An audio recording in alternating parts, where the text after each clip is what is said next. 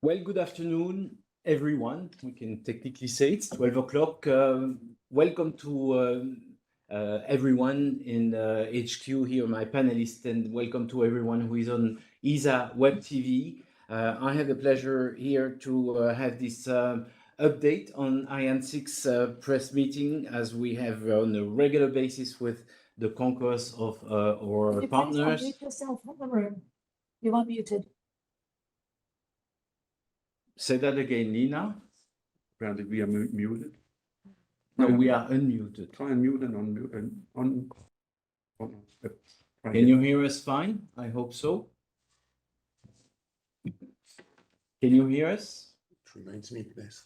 Okay, well, since I have no retour, I was saying good afternoon to everyone and welcome to the four organizations around the table here in Paris. Welcome to everyone who is online. And we're here for about an hour to discuss, as agreed on a monthly basis, right after the important meeting that you have held recently on Ariane 6. Events over the weekend on the test. All updates will be given by ESA Director General Josef Aschbacher, joined by Martin Sion, who is the Chief Executive Officer of ArianeGroup, and Philippe Baptiste, the CEO as well, and President of CNES, the French Space Agency. Along with us also Stéphane Israël, who is the CEO from Arianespace, and as support we have Carine Leveau, who is the Director of Space Transportation in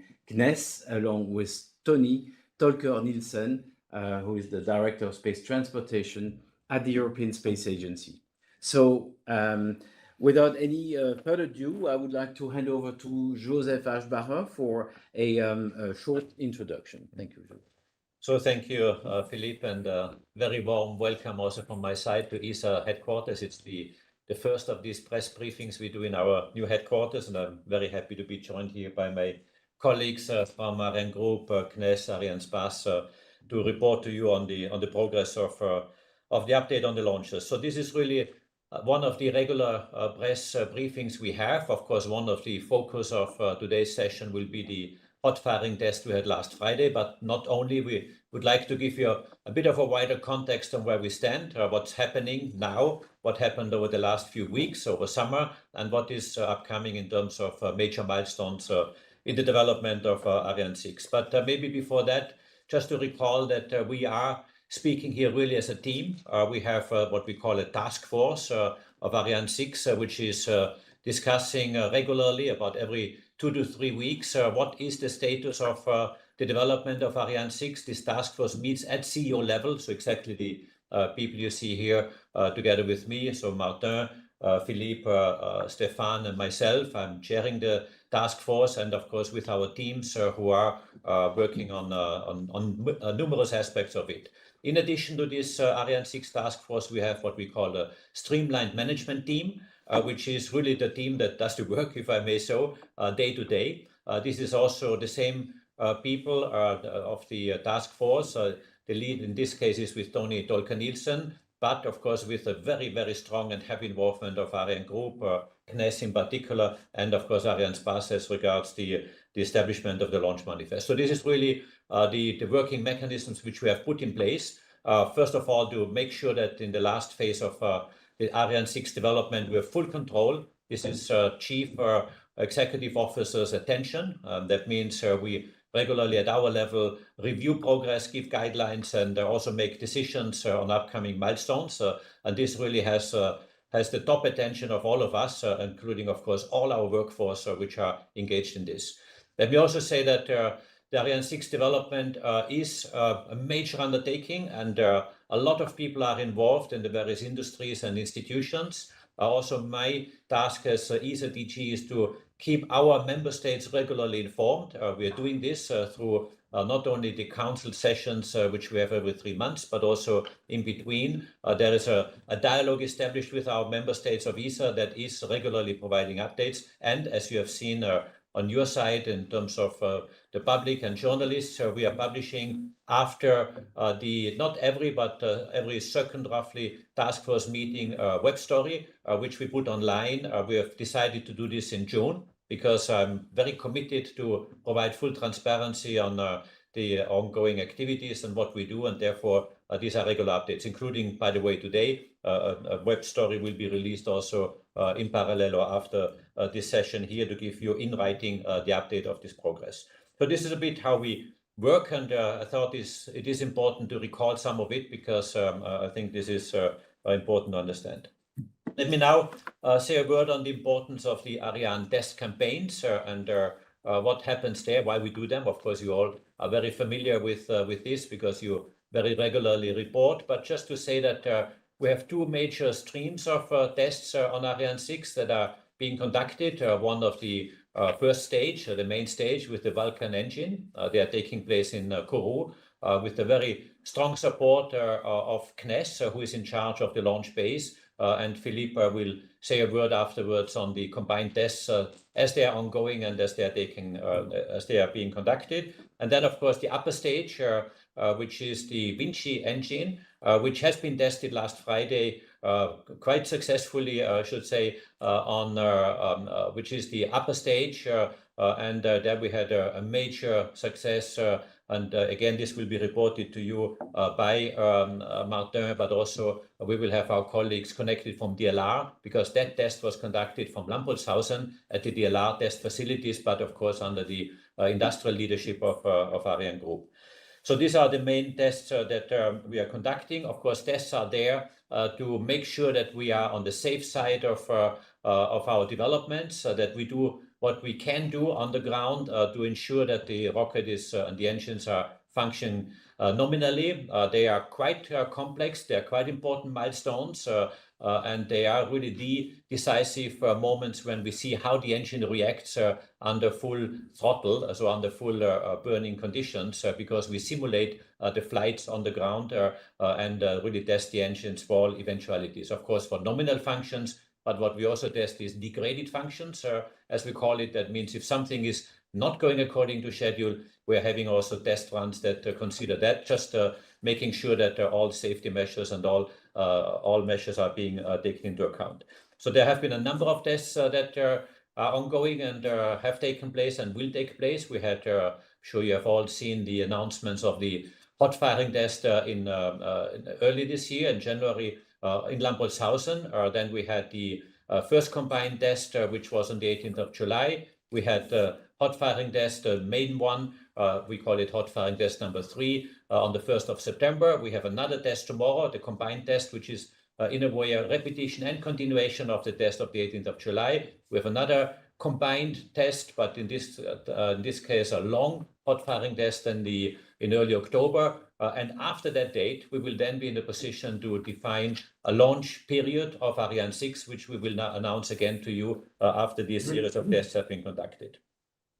Maybe one last word on my side about the overall context. Of course, access to space is a must for Europe, guaranteed access to space, and this is why we put all this attention on developing the Ariane 6 launcher. This is fundamental. We have important political milestones upcoming, in addition, of course, to our regular meetings with the ESA Council. We have a space summit planned for the 6th and 7th of November. We have three topics on this space summit. One of them is launches. The other one is climate change and sustainability. And the third one is exploration. But as you see, launches is connecting everything, is fundamental for climate change as well as exploration, but also navigation, telecom, and all the space activities we do. So therefore, it's fundamental.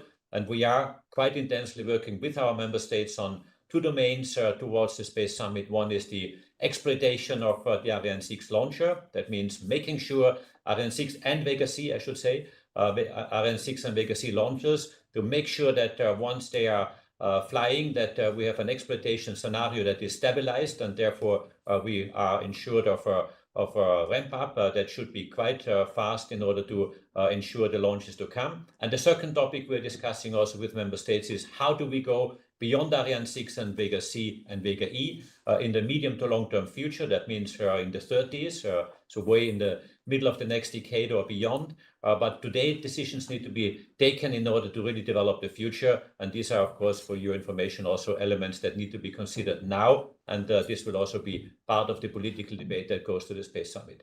Let me stop here. Thank you for this, for giving me the floor for the introduction, and I hand back to Philippe. Thank you, Josef Aschbacher, and I would like to hand over to Martin Sion, the CEO from ArianeGroup, for further detail on the Ariane 6 development. Okay, thank you, Philippe. Good afternoon to all of you. It's a pleasure to have this quick update on the situation of the Ariane 6 status. So on the launcher side, the big news is obviously the test which has been successfully performed last week. As said by Joseph, this test was a test performed at DLR in Germany, and it's a test which has been performed by the ArianeGroup team with DLR, with ESA, and I have to say that the team have made a tremendous job. It was a complex test and it was successful. So what was done? It's a complete upper stage with the tanks, all the systems, the restartable Vinci engine, and the APU. The APU is a specific device which is an innovation on Ariane 6, which allow Ariane 6 to make very complex missions to be able to answer to the needs of a variety of customers.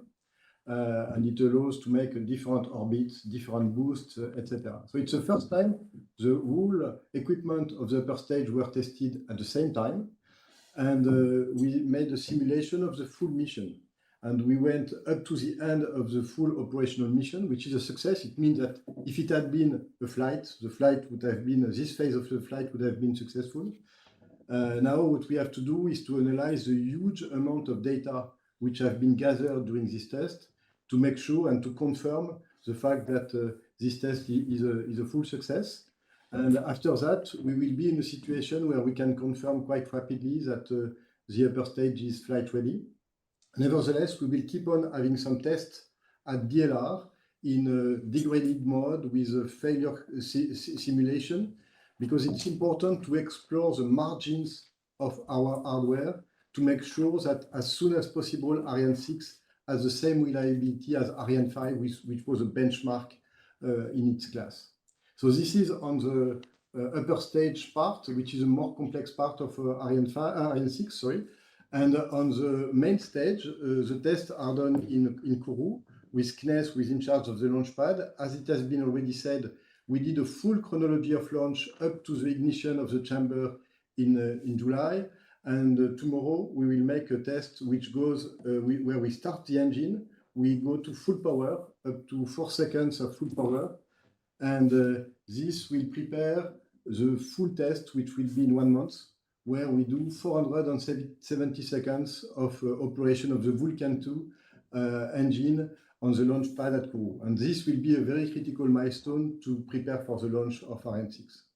So I will stop here for the launcher, and I will take the questions if there is some more details which are required. Thank you very much, Martin. So we've spoken about this test of last night, or not last night, but the day before. Time is going so fast. Friday evening, that was a long weekend. We have some image that we would like to share with you, and then also take on the line the director of the German Aerospace Center in DLR Lampoldshausen. So short video for you.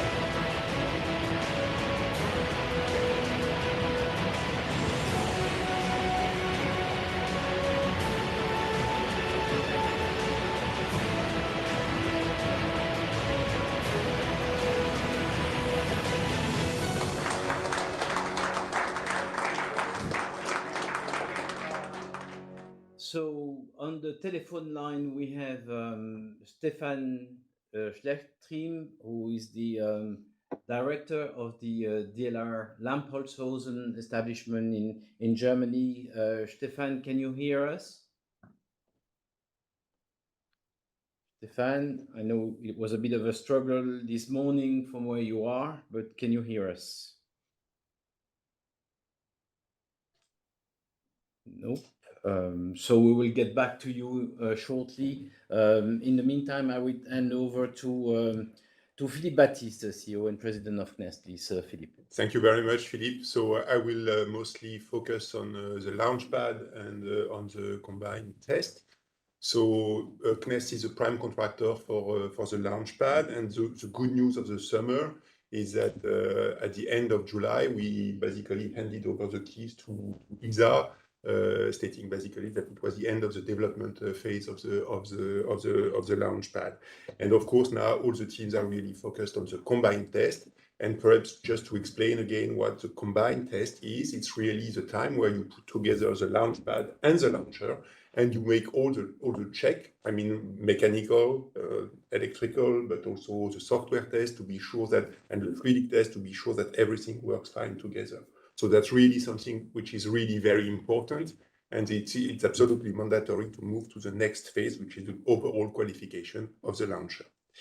So perhaps to come back again to a little bit to what happened in July, and then I will come back on the next step in tomorrow and later on. So on July the 18th, we ran the full chronology of the launcher on the launch pad, so something that lasted 26 hours non-stop. And so basically, we tried all the steps of the chronology as if it were a real launch, including, of course, the move of the gantry, but also all the liquid systems, the software test, the ignition of the Vulcain, and everything worked really fine. And it was really a great achievement. It took, if we compare to what happened to Ariane 5, so quite some years ago, it took much more time to do that. So it was really smooth and worked really very well. So tomorrow we will have we will repeat the full chronology, and we'll this time have the ignition of the Vulcain for a slightly longer time period, for a few seconds. Full power, and the objective is to make two kinds of tests, so mostly acoustic tests, but also airflow tests, to be sure that everything is running according to the model and according to the plan. Then the next step within the next 4 weeks, or in 4 weeks, sorry, will be of course the long firing test, as it was mentioned earlier by Martin Sion. So this time the Vulcain will be running for the full duration of a typical mission, so something like 450 seconds. And of course, this will be really the next gate to the overall qualification of the launcher. But we are really in a phase where we make the most important and the most stressful test for Ariane 6 and its launch and the launch pad. And that's really the reason why, as it was mentioned before by Josef, that it's really at the end of this test that we will be able to give a full chronology for the next few months. Very good. Thank you very much. While we're doing all this progress and positive progress, of course, we'd like to turn to the customer side. Stefan, Israel from Arianespace, please. Yes, so hello everybody. I want to thank our colleagues for this very good news in July and what has happened Friday, and we cross fingers for tomorrow. Yes, so indeed, we have Arianespace, the equivalent of 28 Ariane 6 in our order book. And you know that these 28 Ariane 6 are made of 18 for a constellation called Kuiper for Amazon, but also GTO launches for Inter Alia, Intelsat, Eutelsat, and Optus. And last but not least, for sure, our dear institutional customers for EUMETSAT, for ESA and the European Commission, and for CNES DGA. As you can imagine, we are in a permanent dialogue and contact with our customers. And the DNA of Arianespace is to give all the transparency to the customer. So this is for sure what our teams do in full coordination with ArianeGroup, ISA, and CNES. And we give all the detail on the milestone, which are behind us, but which are also ahead of us, for the maiden flight, but also for the targeted ramp-up. And this is very important for our customers, for sure. I want to say that the impressive number of Ariane 6, which have been already sold, are the fact of three evidence. First, Ariane 6 is highly expected by our customers. Second, Ariane 6 is perfectly adapted to both institutional and commercial needs and new market trends. And last but not least, but it has been said by my colleagues, what have been demonstrated Friday is the proof of the versatility of Ariane 6. You know that one of the key innovations of Ariane 6 is a restartable Vinci, and which is supported by the auxiliary power unit. And what has been demonstrated is very convincing for what we will have to do for our customers, be it institutional or commercial, what we will have to deliver in orbital phases for constellation. So this is why it was so important to have the milestone successfully reached on Friday. The maiden flight is a key topic of today, for sure, but you know that with all our partners, we are preparing a very ambitious ramp-up, and this is the next step. And in parallel, we have, for sure, some discussions with our customers for new opportunities on Ariane 6. Thank you. Thank you very much. And while Stefan Schlechtriem was on the line to listen to us, he was not able to express himself. So as we do with the Ariane 6, we find always a way. So I will try to put you through the microphone, Stefan, so to give your impression. You had a very great weekend, so you are with us. Yes, hello, Philippe. Many thanks for helping us in connections. Hello to everybody from Lampoldshausen. After the team successfully run down the test facility, they are in a celebration mode and, of course, looking for the next test to come. Hello, Josef, Philippe, Martin, Toni. Thanks a lot for all the nice wishes to the team. The team is extremely happy. I pass my regards from them to all of you. They are extremely happy.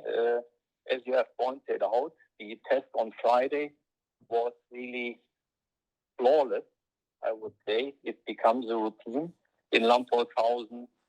The task force, Josef, I think we protected the team which we have in Lampoldshausen, the combined team from ArianeGroup engineers and DLR employees, the best we could. We are supporting them permanently and they feel this. And now I think, as Martin has pointed out, we really have done this complex test with parallel firing of the APU and the engines. The team is extremely happy, wants to move forward and to fly the Ariane 6 as soon as possible. So from Lampoldshausen, good messages, was a big relief, and we will keep on working and supporting the Ariane 6 program. And it was really a fantastic team spirit of ESA employees, ArianeGroup employees, and DLR, and we will keep it like this. Best wishes from Lampoldshausen. Thank you very much, Stefan, and I was glad to hear you. Stay on the web. You can follow us on the ESA Web TV, and we will call you if we have a question. So I would like to move on to the question and answers from the attendants, and I have a first question here from Pierre Celery, AFP. So Pierre, if you can unmute your microphone, you can be with us. Pierre?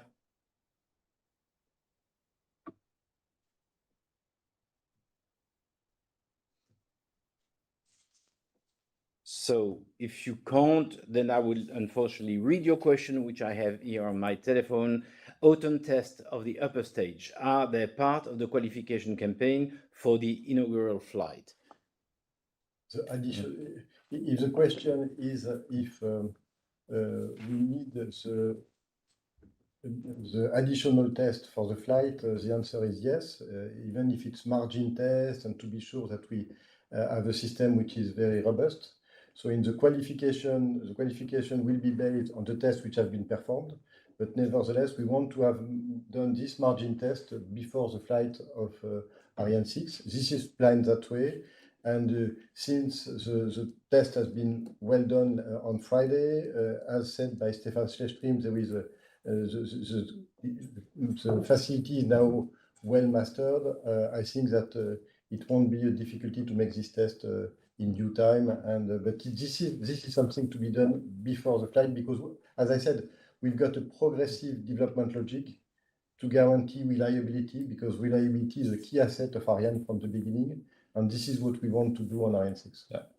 Maybe just to add one word, as Martin was saying, so yes, these flights are necessary, but also we are testing degraded scenarios. That means scenarios if something might not happen exactly according to plan, in order to be sure that also in this case we have a robust launcher. And yes, this is the plan for HFT4, so that means the next test in Lampoldshausen. Thank you. Since we have just heard Mr. Schlechtriem, thanks a lot for your Lampoldshausen colleagues and support. Much appreciated, and the news that came out from there, I can tell you, put big smiles on all our faces. Really appreciate it. We didn't see the big smile, but we've seen the video and everybody was very happy over there, and hope so tomorrow in Kourou. I would like to move on to Jonathan Amos from BBC. Since I have the questions, I wait for 2 seconds. Okay, I go for the question unless you're online, Jonathan. Okay, the question is the following. Was there any reason why you did not ignite the Vulcan engine at the end of the 18th July combined test? Perhaps, there is some kind of technical questions, but yeah. So let's hand over to Carine. Carine. We don't ignite completely the Vulcan engine during the test we performed the last 18th of July, because we have not enough time to did it, and not enough oxygen in the tanks. So we decided to stop the chronology and to retry the complete ignition of the Vulcan during the next chronology. So it will be done tomorrow morning if everything is okay in Kourou. Thank you, Carine.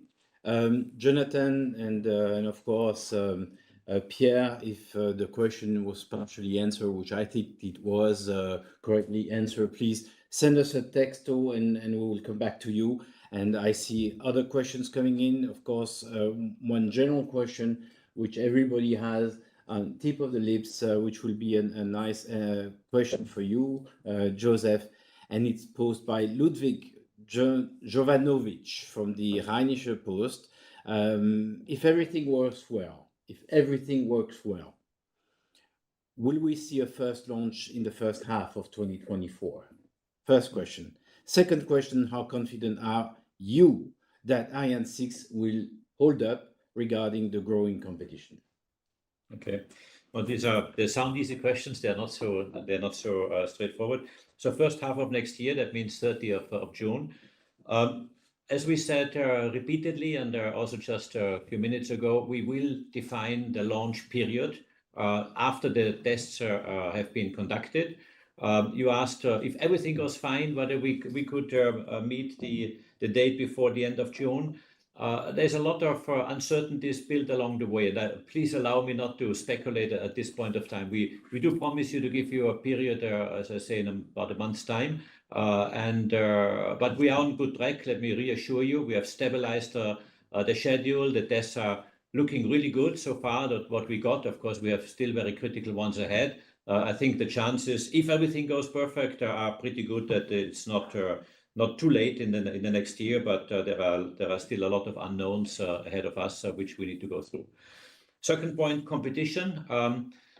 yes, Ariane 6 will be a competitive launcher. It will be more cost efficient or cost effective, I should say, than Ariane 5. I'm sure that Stéphane can elaborate much better than I can on the cost issues and the market segments.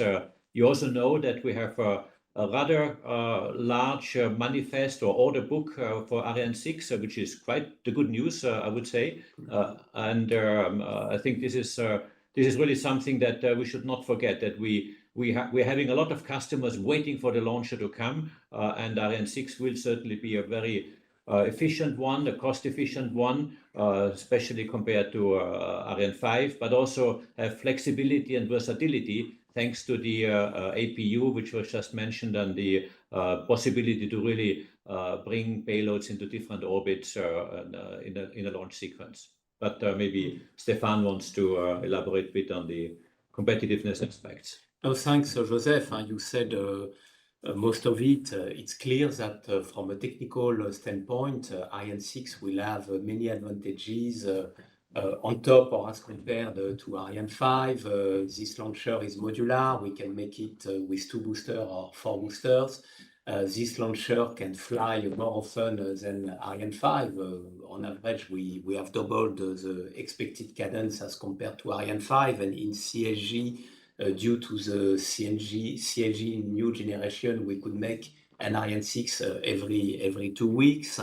And as we said, because it was at the heart of what has been successfully done on Friday, the upper stage is very innovative with the restartable Vinci supported by the auxiliary power unit, which is really unique. Ariane 6 will be the only launcher which will benefit from this additional overall versatility, which is brought by the APU.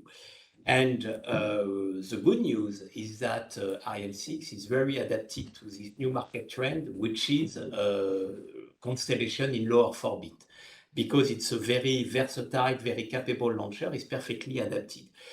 Maybe 2 other points.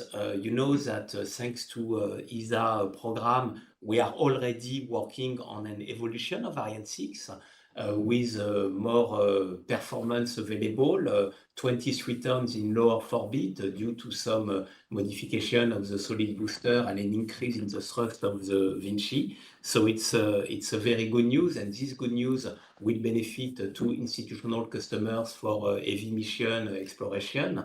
You know that this launcher is again perfectly adapted to institutional customers, the missions such as Galileo with Ariane 62. And so definitely Ariane 6 will have this capacity of addressing new market trends on the commercial market, and for sure benefiting to all European needs completed by Vega-C.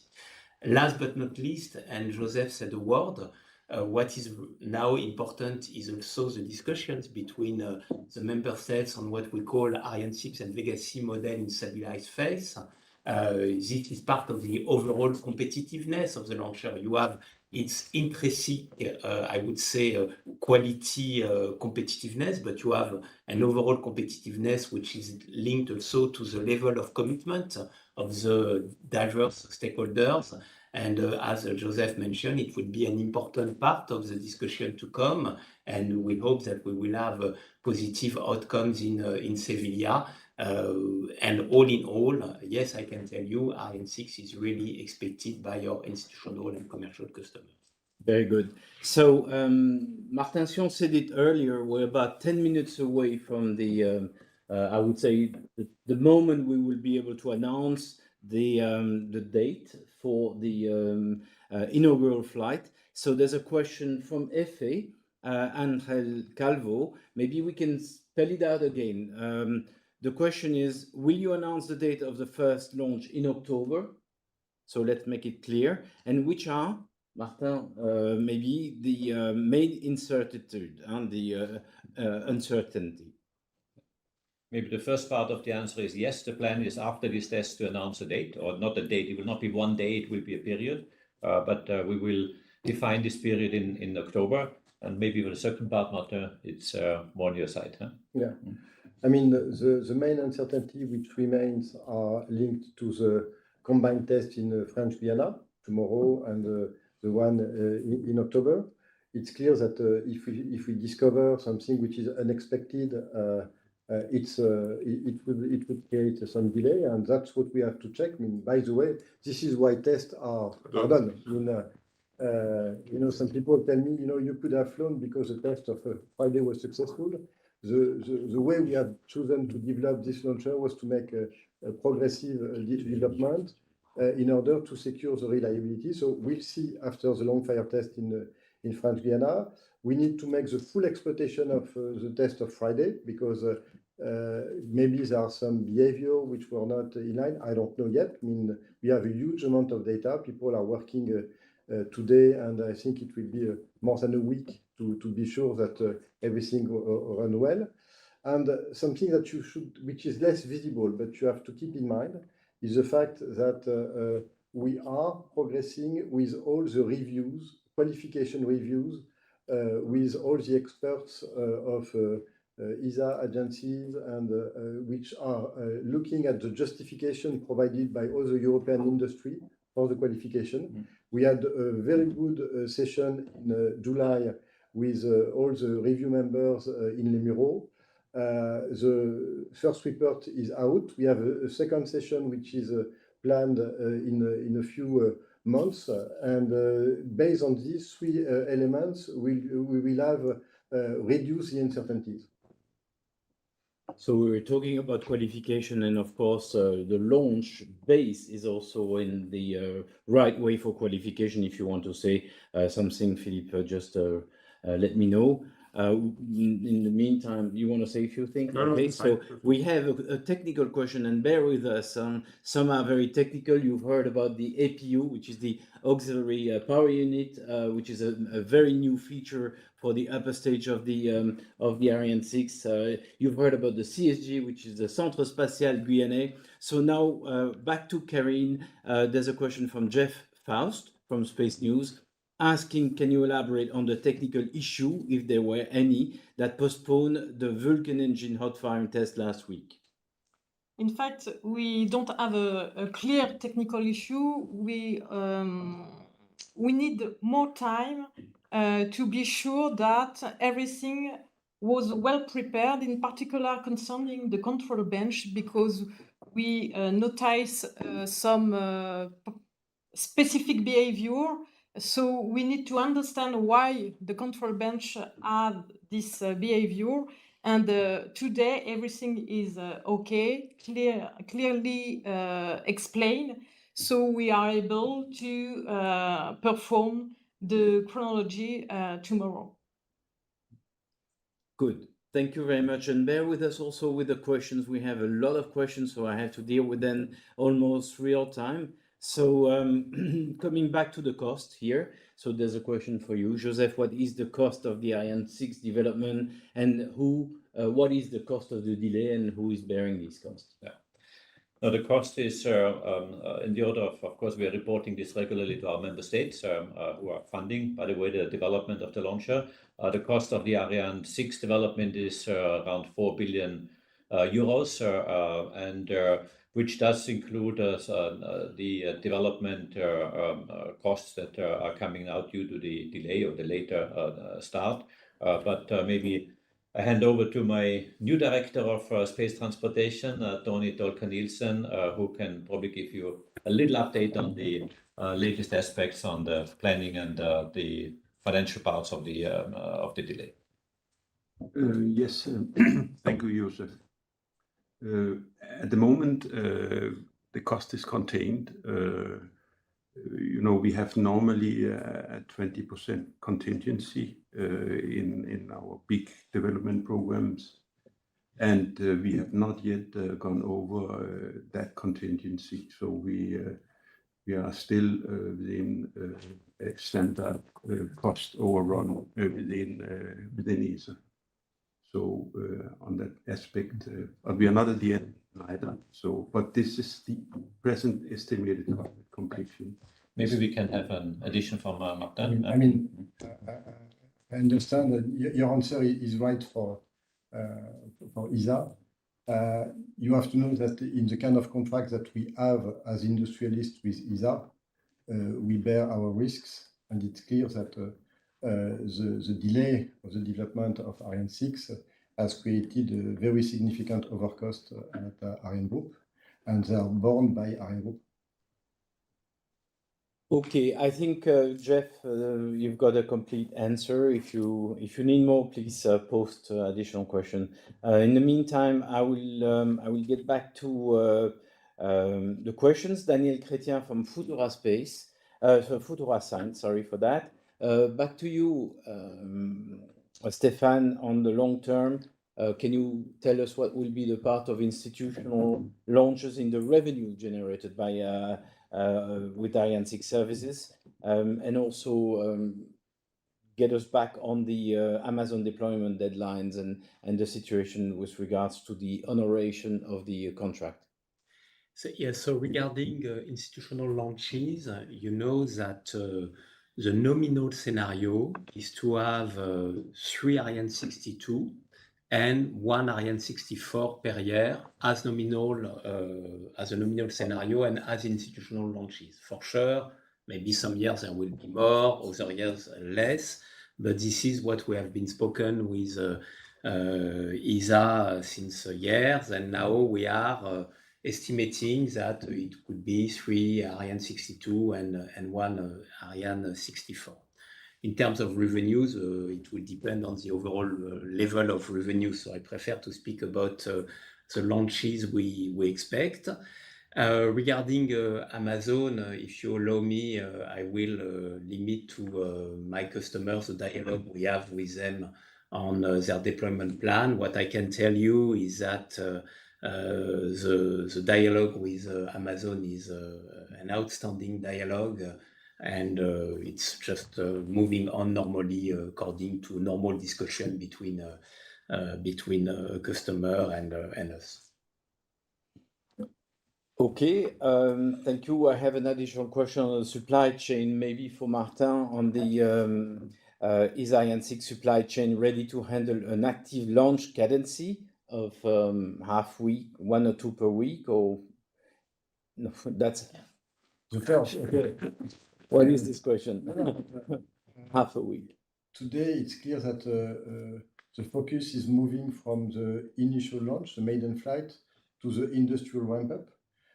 You have to know that it was a decision taken also with ESA a few years ago to launch the production of the first 15 Ariane 6. And so the first items of production are being built throughout Europe with our partners and inside ArianeGroup. But it's true that the ramping up the whole industry, synchronizing all the activities in order to fulfill as soon as possible our customers, institutional and commercial, is another challenge. And we are well organized in order to do so.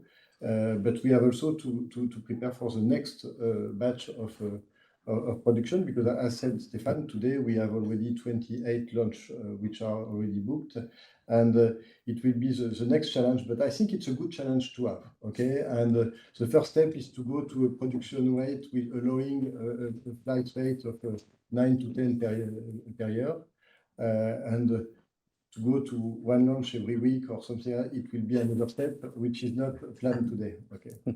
Philippe? No, I just wanted to add that, of course, this ramp-up question is first a good question. It's good to have this kind of question, but it's also very challenging. But the fact that we have this ramp-up and the fact that we have many customers, both institutional and commercial, means that we will have a very powerful ramp-up. And on top of that, it means that we will be able, because of this ramp-up and because of the numbers that we have, we'll be able also to reduce the cost of building this Ariane 6. So not only at ArianeGroup, but also the whole supply chain. And this is the reason why it's really important to have these numerous customers who are there, because they ensure that we have an important cadence, and behind that, a reduction of the cost. Very good. Question from Thierry Dubois, Aviation Wing Space Technology. How long will it take between the inaugural flight and the first commercial flight? So what is the estimated gap between the two? Based on the successful inaugural. Let's wait for the inaugural flight because if everything goes flawless and there's really nothing to be corrected and to be done, but these are bit discussions we have within the task force. We expect roughly 6 months plus minus as a period, but it really depends on whether this all goes flawless and without any hiccups. And well, as always, keep fingers crossed because these are very important moments, as you can imagine.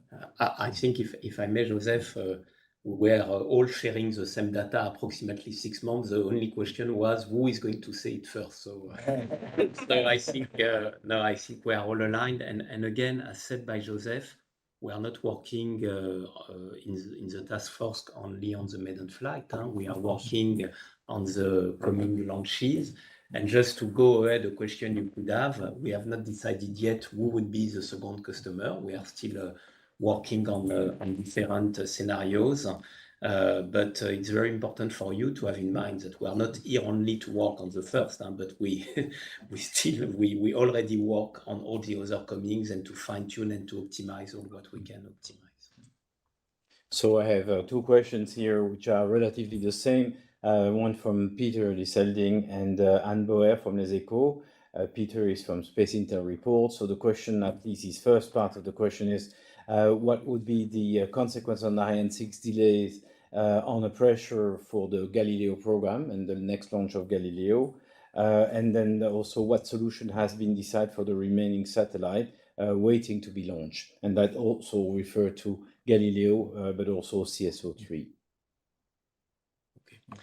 But here, in fact, if I would say it's not a question on Ariane 6, it's a question on Soyuz. Because Soyuz was supposed to deliver missions when there has been the Russian invasion of Ukraine in February 2022. And as you know, there were 11 Soyuz which were supposed to be done. And you know that we have had a very important discussion with OneWeb. We have supported OneWeb for the reallocation of the mission when they went to India. Then there are 5 other launches which were for Europe scheduled on Soyuz. Euclid has been launched by another launcher. It will be the same for EarthCare. For CSO, I will give the floor to Philippe. And regarding the Galileo, it's really a decision of the European Commission based on operational needs. And these satellites were supposed to be launched in 2022 with 2 Soyuz. We are now at the end of 2023. Galileo is an operational constellation, and we will see what will be the decision of the European Commission. And whatever it will be, we will fully understand and support it. Very good. Philippe? Just perhaps a word to come back on this question. It has been mentioned by Stefan, but I think it's really very important. Of course, there is a crisis of launchers in Europe. We all know that, and this is the reason why we are all focused on having Ariane 6 as soon as possible. But as far as institutional launch are concerned, I mean, the root of the crisis is mostly the Soyuz storm. And we have to keep this in mind because, I mean, we decided, or our predecessors have decided to use Soyuz to launch almost all of our institutional payload, including defense, security, and so on. And of course, the war in Ukraine had tremendous consequence, and yes, it's the end of Soyuz in French Guiana, and this has huge consequence on the situation today. But we have to keep this in mind. The end of Ariane 5 is not really has almost no impact directly on these institutional payloads that could have not been launched on Ariane 5. Good. Coming back to you, Peter, on your question for the schedule next step for the remaining upper stage in Lampoldshausen. Martin has mentioned earlier what was the next, but can we be more precise in what the so-called HFT4 test planning is concerned, hot firing test in Lampoldshausen, and also a question on the delivery. So this is from Stefan Baranski, Aerospace.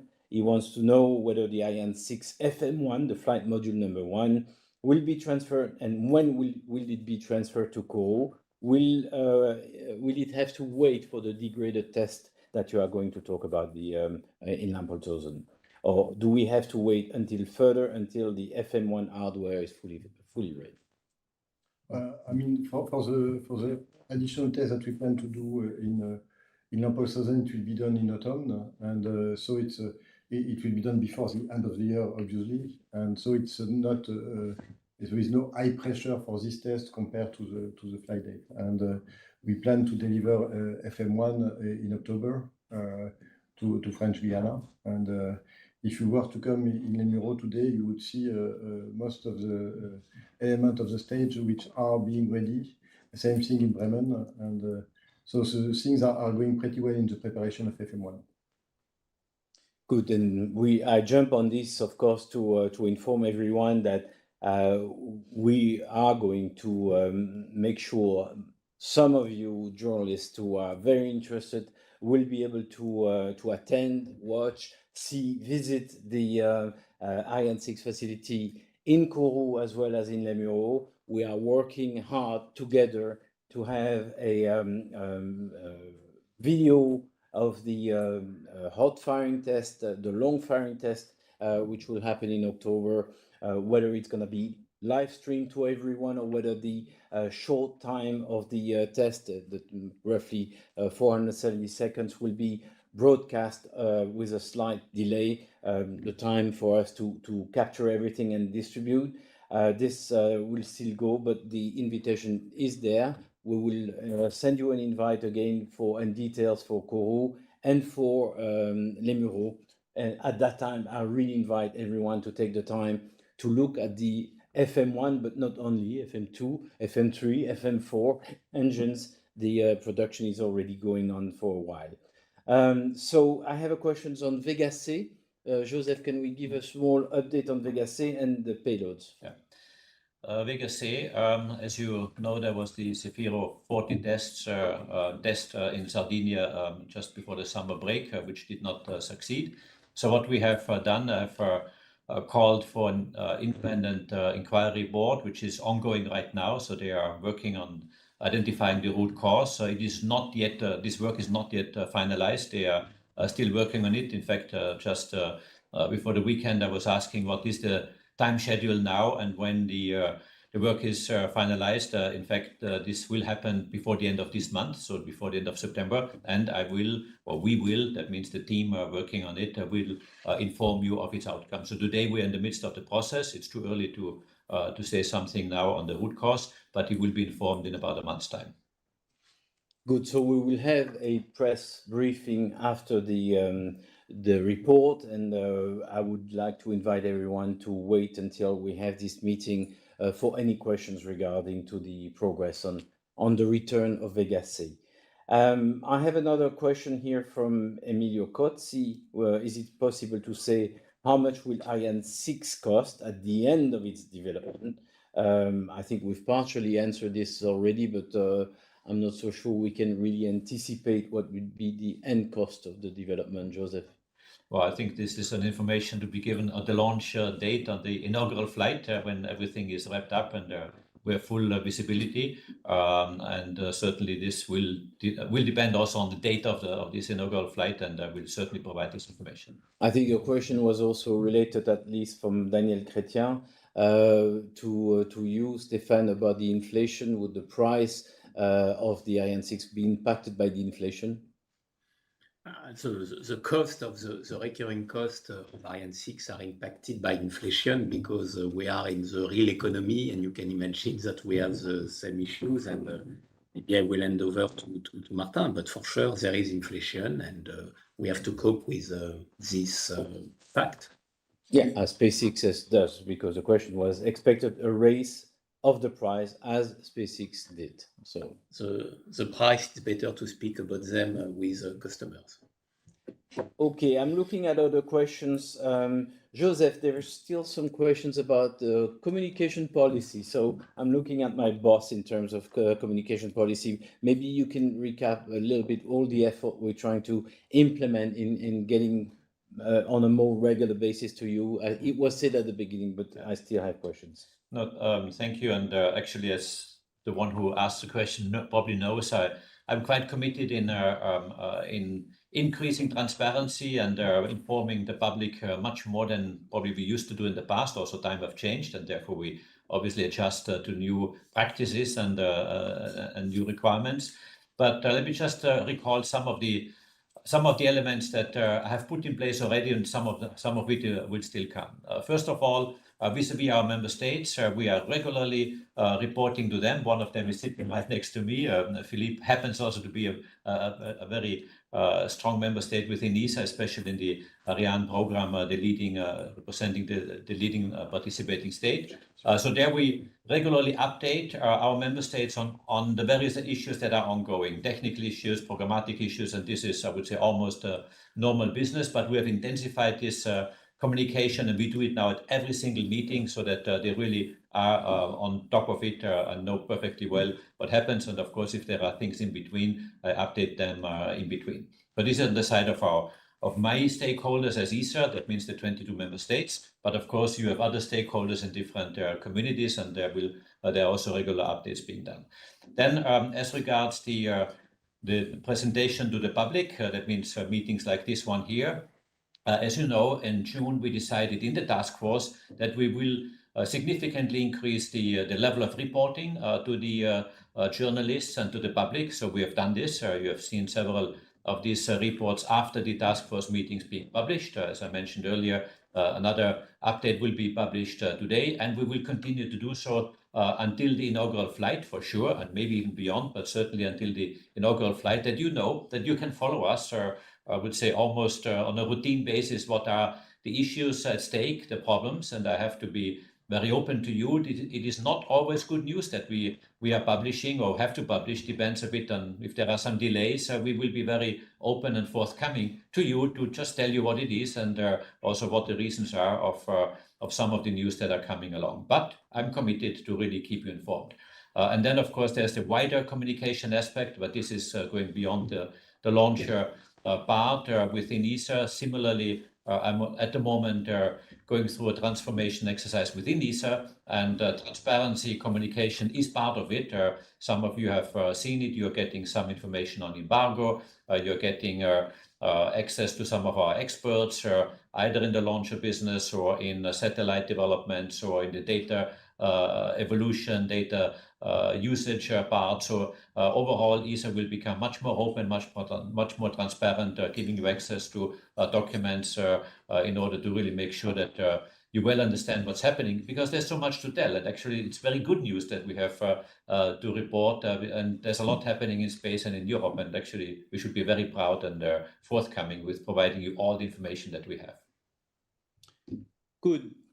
Thank you. We're getting really to the end. I have a very, very last question, but all the other one which we haven't taken can be, of course, addressed to us via the media.int mail. We will make sure we answer within the time frame that is needed. The question here is regarding the Ukraine, so it's about Vega. I just say that Vega will be explained before, but since you put the questions as a matter of priority, I'll ask the question, read the question I have heard. This is from Teresa Pultarova from space.com. I have heard some conflicting information from Ukraine about the future of the cooperation with UFMASH. Some says it's about to end. Someone else say it's been extended. Any change? You could shed light on that and maybe kill the rumor. First of all, this is up to the industry, the prime contractor, which is Avio, to procure, and they have their procurement chain. So it's not for me to answer for them what their procurement policy is or their future intention is. So I would strongly recommend to wait for either the debriefing on the IAB, as I mentioned before, or address this question directly to Avio, because they are the ones to answer. So we will organize this briefing after the inquiry board will provide a report, and we will make sure Avio is there to answer this question. So Teresa, maybe you keep your question for about a month from now. Just to recall where we're going in the next coming weeks, which is going to be busy. We had a good success last Friday, but it's not the end of it. We talk about 4 seconds of high expectation tomorrow in the Kourou for the short test. We have a long test now planned on the 3rd of October. We heard also that the shipment of Flight Model 1 is going to be organized in the October timeframe, and then there will be still some additional tests, not critical but important for degraded mode of the upper stage, the so-called hot firing test number 4 in Lampoldshausen. With all that, I hope that we've been as clear as possible, as exhaustive as possible. Also, I would like to really thank not individual, but the team who is here. I've seen them working in the task force. They're taking this at the highest level of their organization. Motivation is over there. Everyone wants Ariane 6 to be there as soon as possible, and everyone is working very hard in that direction. With that, I wish you a very good afternoon, and thank you for having joined us for the day.